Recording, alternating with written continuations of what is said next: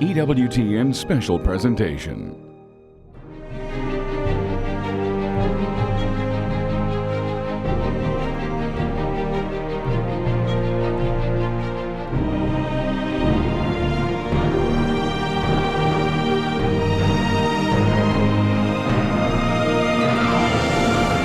Hello and welcome to EWTN's special coverage for the beatification of Bishop Alvaro de Portillo. I'm Alan Holdren here in the Rome headquarters of Opus Dei, where I interviewed the current prelate of Opus Dei, Bishop Javier Echevarría. Gracias por estar con nosotros, Monsignor Echevarría. Thank you for being with us, Bishop Echevarría. I'd like to ask you first off, what did Bishop Alvaro de Portillo mean for you? He meant a lot of things.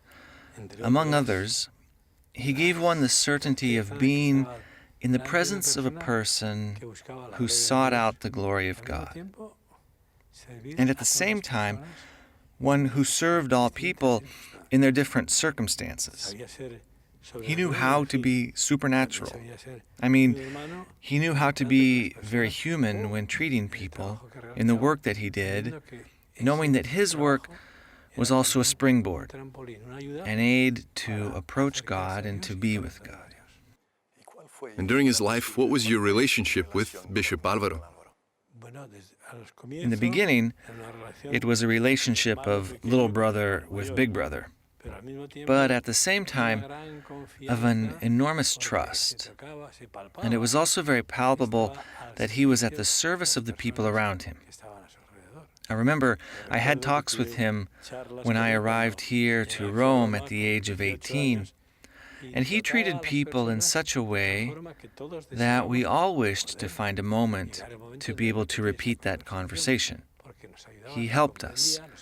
He understood and encouraged us, and at the same time, he was greatly interested in all things that affected us. He didn't feel distant from us, nor indifferent, but completely at the disposal of others. When you hear the name Alvaro, what comes to your mind? What comes to my mind and to my soul is a word that he repeated many times and was something he demanded of us: fidelity. Fidelity to God and fidelity also to men, to all people, to all of humanity. Saint Josemaria and Don Alvaro both lived very close to all of humanity, even if naturally many times they were living apart from it. But they knew that being around people would awaken in them a desire to give of self, both in their work and through their prayer life. So their idea of work was not opposed to their life of prayer. They supported each other. They worked together. You spent time with Bishop Alvaro here in this same living room. What comes to your mind when you're here? Where were you both? Normally, he would sit here, next to this column. We tried to watch him, and we would also try to ask him things about day-to-day life, because they interested him. What comes also to my mind is that he was not a person who looked out for himself, but constantly looked to deal with God and deal with people. He was a person who knew how to love, who knew how to serve, and who knew how to be present. He had that characteristic of consistency, so much so that Saint Josemaria would call him saxo, rock. How did he show that holiness? Well, he showed that holiness and that availability in that just a suggestion was enough, not as a resignation or a forced obedience, but rather as a complete disposition for putting himself totally on the path of that which had been suggested to him. That is why he was consistent in thinking about how he could serve and how he could help all people, and most of all, Saint Josemaria, because he was completely convinced that he had a divine mission, which was taking daily and common life as a way to get close to God. And finally, it was his turn to be the successor of Saint Josemaria. It was his turn to be his successor, but I want to tell you an anecdote. Saint Josemaria wore a cross because it served him as a reminder of the presence of God, because it had a relic of the true cross. And Don Alvaro, when Saint Josemaria left for heaven, took it and said with sincerity, "I will give this to the person who comes after him." And he didn't need to give it to anyone else. But he was totally available, since he had lived with Saint Josemaria, to follow his successor with the great sensitivity with which he had served Saint Josemaria, not with the conviction that it had to be him, but rather with a willingness to accept the will of God. That is why I can tell you that when he was chosen, he said, "I'm going to live in humility and not ask if I can be of service or not." He said, "I know that's not good enough, but it will be the Lord who acts through my work." And now where's that cross? I wear it, thanks be to God. So Saint Josemaria left his position to his successor, Bishop Alvaro. How did he spread the message? How did he carry out his position as prelate? He spread the message by personally living it. He knew, as he used to say, and as the saying in Spain goes, that example is the best preacher. So he tried to live what he would say. He knew that in all circumstances he had to sanctify himself and to make concrete that work had to be the vehicle to speak to God and to speak to souls. Following the theme that Saint Josemaria used to repeat, which was that he would see souls behind the papers. He tried to work through study and to work decisively, and also work with people as souls that God had placed in his service, in the sense that we have to serve them. Saint Josemaria and now Bishop Alvaro, who will soon be proclaimed blessed, did you realize that you were in the presence of future saints? I realized that I was in the presence of people who intensely searched for God and were perfectly united with Him. Perfectly, not in the sense of totality, but in the sense of seeking perfection, knowing how to love more every day. And that's why they repeated many times, Saint Josemaria and then Don Alvaro, the petition, "Lord, teach me how to love." Concretely, they tried to make their work and all that they would do, even in their time at rest, of love for God. This is also in the heart of the message of Opus Dei. Yes, of course. It is in the heart of the message of Opus Dei that we all have to search for the Lord in those immediate tasks we have and also in our times of rest. Because God wants us to have rest so that we can recover our energy physically and spiritually, so that we can work better in service for the Church, in apostolic service, as Don Alvaro did for Opus Dei and in his service to souls. Bishop Alvaro spent a lot of time here in Rome, but what are some of his works that have spread throughout the world? I think that he greatly carried forward the work that Saint Josemaria did in his apostolate in Japan. When he went to that country, among other things, he knew how to win the sympathy of people who would go to him. He taught them that we all have something to learn from the lives of others. And that is why he learned a lot in Japan. He learned how to work, how to serve. He learned to be punctual, and concretely how to finish his work well. He also went to Africa, and in Africa he was moved by the different countries where he stayed.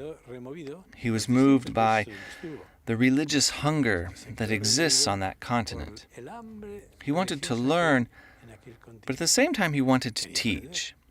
And he wanted them to become responsible, that on the African continent, each African needed to take responsibility. That's why he would tell them, if you go to another country, educate yourselves intellectually, professionally, but have the desire to come back here. That's precisely why he promoted a center of medical assistance in Congo, in Kinshasa, that the Archbishop, practically the entire Episcopal Conference, asked him to do. And he suggested to the faithful of the prelature that with full freedom, they consider the possibility of organizing a clinic, which is now a hospital that looks after many people. And with this attitude of serving others, he contributed also to the Second Vatican Council. Yes, for sure. He went to the Second Vatican Council because he was invited, but Saint Josemaria kept repeating to him, "We have to sanctify ourselves in our ordinary life circumstances." And that's why he carried out this labor of assisting, serving, with the clear idea that he was not only serving the Council Fathers, but also souls of everyone in the world. And it's important to highlight the fact that he put all his effort into working seriously and persistently, often losing hours of sleep because he would stay up until midnight or 1 in the morning, working and leading people, because he was secretary of some of the conciliar commissions. He knew how to understand, he knew how to listen, and he knew how to encourage people to give themselves completely, to present the doctrine of the Church in such a way that it would reach all people. As a priest, he also gave a lay perspective there within the council. That he did. He wrote a book that is widely distributed called Faithful and Laity in the Church. He realized that the laity weren't just an afterthought or an addition, but that they are the Church, just as are bishops and priests. And that's why he pushed them and encouraged them to live professionally, to serve their families well, to try to be true and faithful friends. And that's how they could best serve the Church.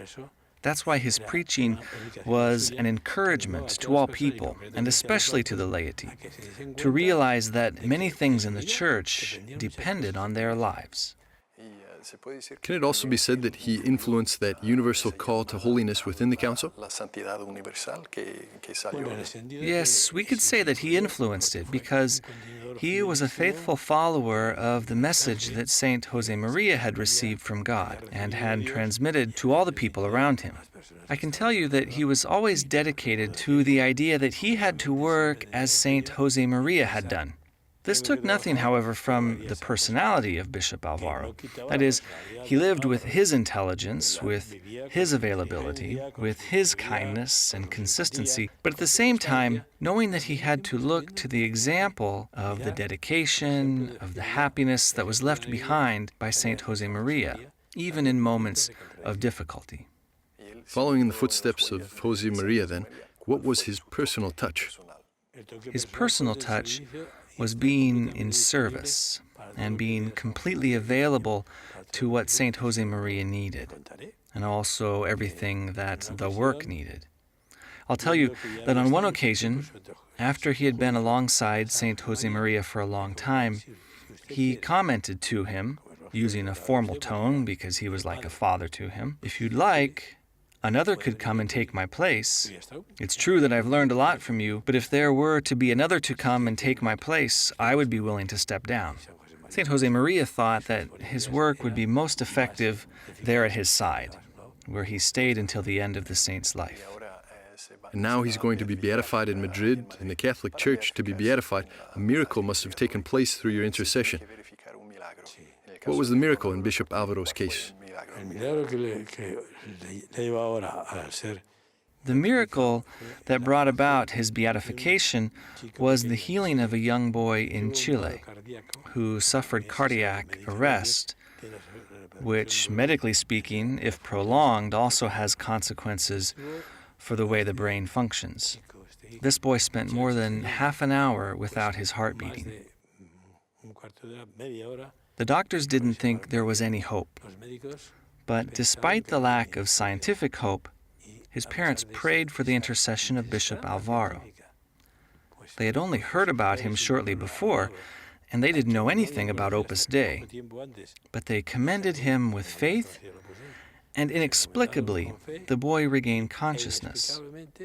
And now, he is not only a person with the normal possibilities for someone who is unconscious for half an hour without brain function, but he is completely normal. He is a boy who is intelligent, joyful, open, who plays sports. He's an energetic boy. And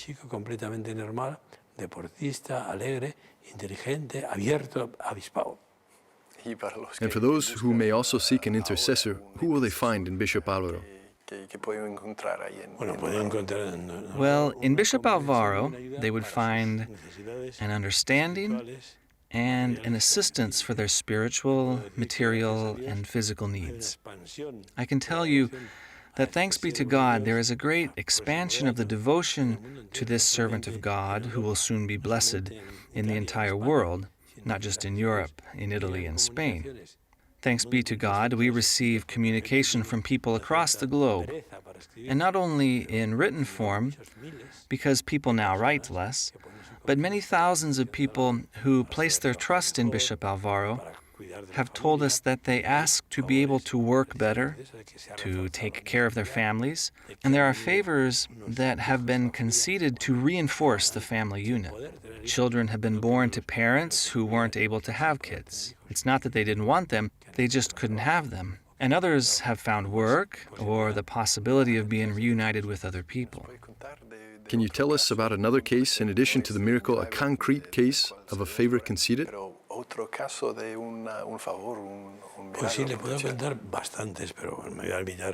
I could tell you about a lot of cases, but I'll share just one. There was a person who was a bit desperate because they found themselves in a precarious work situation, with the family dependent on that difficult economic situation and finding themselves without the possibility of buying food or of having very little to eat. After asking Bishop Alvaro, this person who was a bit depressed was able to find a good job, one of great responsibility.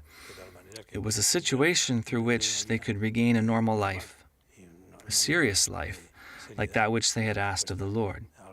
This intercession of Bishop Alvaro also helps people to come closer to God.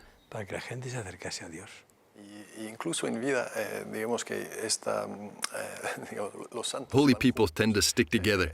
St. John Paul II had a close relationship with Bishop Alvaro. What was their relationship? Well, I think that St. John Paul II noticed from the first moment the complete availability of Bishop Alvaro. For example, St. John Paul wanted his successor in the Archdiocese of Krakow to be ordained in St. Peter's Basilica. They said it needed to be celebrated at what they call the altar of the chair. And so John Paul II at that moment wanted it to be in the Basilica, but they said it was going to be very difficult to do it at that very moment. But there was a Polish Monsignor who told him to talk to the Prelate of Opus Dei, who would help him with this. And effectively, on the 6th of January of 1979, when Monsignor Majarski became Archbishop of Krakow, the basilica was completely filled, because Bishop Alvaro had pushed for the faithful of Opus Dei to do an apostolate in Italy so that people would go to be with the common Father, with the Pope. And he was very happy with that. Just like this, he entrusted him with many things to which he responded faithfully. Not without seeing the difficulties that arose, but he saw such a complete sincerity and collaboration. So much so that their relationship became one of father and son, because Bishop Alvaro, who was older than John Paul II, from the first moment that they elected him Pope, felt a filial devotion to the Vicar of Christ and successor of Peter. And now he's going to be beatified in the same year that John Paul II was canonized. For those who will be following along with the beatification, what does that mean for the entire world, for the universal church? I think that for the world, this is a repetition of what St. Josemaria used to say. Not because it was a teaching of St. Josemaria's creation, because it existed before him but had been lost. The possibility that all of us, absolutely all of us, are called to holiness. Jesus said, "Be holy, like the Heavenly Father is holy. This beatification is going to give us the possibility once again to know that all of us are called to this holiness, carrying out our obligations and nourishing ourselves with the sacraments, with confession and the Eucharist, which are a vehicle to have our souls more open to receiving the grace of God and to communicate that grace to people who need it. The beatification will be in Madrid. It will be in Madrid, and I would like to emphasize this because Pope Francis said that it should be there. Why? Because with the enormous flow of people, following what Benedict XVI had laid out, that the Basilica of St. Peter would only be used for canonizations. So Pope Francis had the same idea as Benedict XVI, and they offered the possibility of celebrating the Mass in the Basilica of St. John Lateran or St. Mary Major. And those possibilities were examined, but before the sheer numbers of people who would be going, they said it was impossible that all the people who expected to go would fit in that space. And so they came up with another solution in Madrid that Pope Francis accepted and said it should be so. In addition, it's also the 100th year of the birth of Bishop Alvaro, and that's where he was born. And for those who would like to visit the new Blessed afterwards, what events will take place in the week that follows? Yes, there will be events after the beatification in Madrid. Apart from the Thanksgiving Mass that will take place there in Madrid, in the same place as the beatification, there will be exhibitions on the life of Bishop Alvaro that are on tour in different parts of the world, not only in Spain. And here in Rome, practically speaking, we have organized a Mass of Thanksgiving in the Basilica of St. John Lateran and another at St. Mary Major, one in the morning and the other in the afternoon on the 30th. We are also organizing various possibilities for people who would like to come, with the permission of the Diocese of Rome and the civil authorities, to see the mortal remains of Bishop Alvaro in the crypt of the Basilica of St. Eugenio. There, they will remain for a couple of days until the faithful who would like to visit him can, and I'm sure that there's going to be an endless line.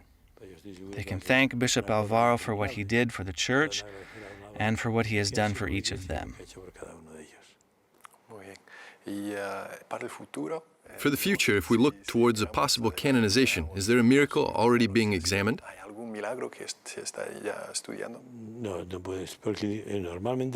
No, not yet.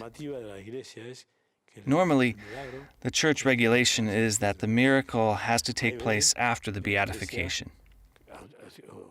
There are times that the Church, using a special disposition, can authorize that miracles that happened before the beatification can be used. This could also happen.